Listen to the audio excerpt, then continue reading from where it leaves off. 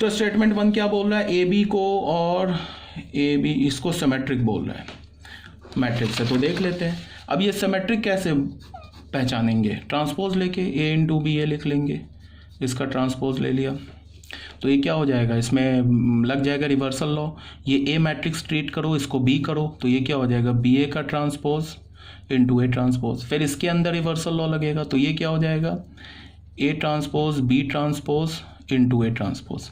अब ये A transpose A के इक्वल है, बी ट्रांसपोज बी के इक्वल है तो ये हो जाएगा A B into A transpose.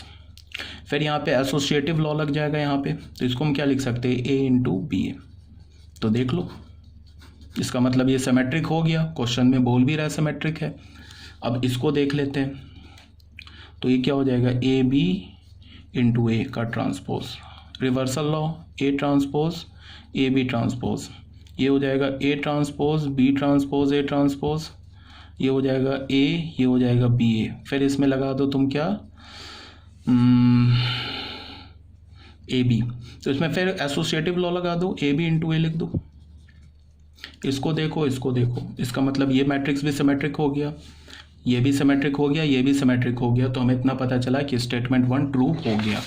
अब स्टेटमेंट 2 में क्या बोल रहा है, ए बी सिमेट्रिक मैट्रिक्स होगा कब, जब ए एंड बी कम्यूट करेगा। अब तुम देखो ये जो स्टेटमेंट 2 है ना, ये मैंने नोट में लिखा रखा है, देखना जो मैंने एक नोट लिखाया था ना जिसमें A B C D option था, तो उसमें मैंने ये नोट बता ही रखा है, इसको सॉल्व करने की जरूरत ही नहीं है, ये तो ऐसे ही ट्रू है। ए बी हमारा सिमेट्रिक मैट्रिक्स होगा कब, जब ए एंड बी कम्यूट करेगा।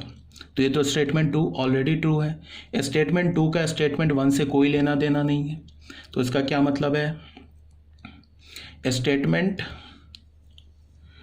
ए बी कम्यूट करेगा तो इसके लिए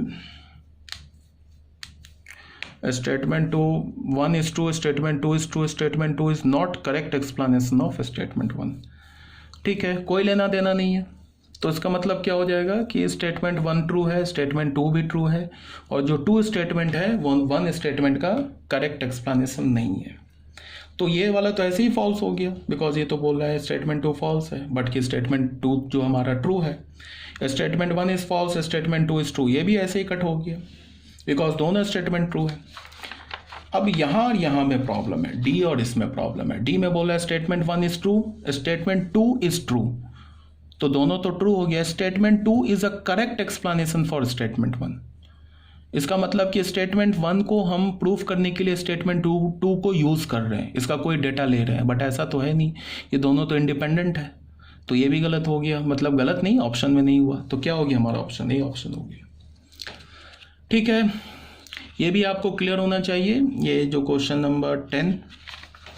अब आ जाओ, ये प्रूफ दे रखा है यहाँ पे, जो मैंने अभी प्रूफ किया ना, ये प्रूफ दे रखा है, तो ये देख लेना। अब आ जाओ क्वेश्चन नंबर 11 में।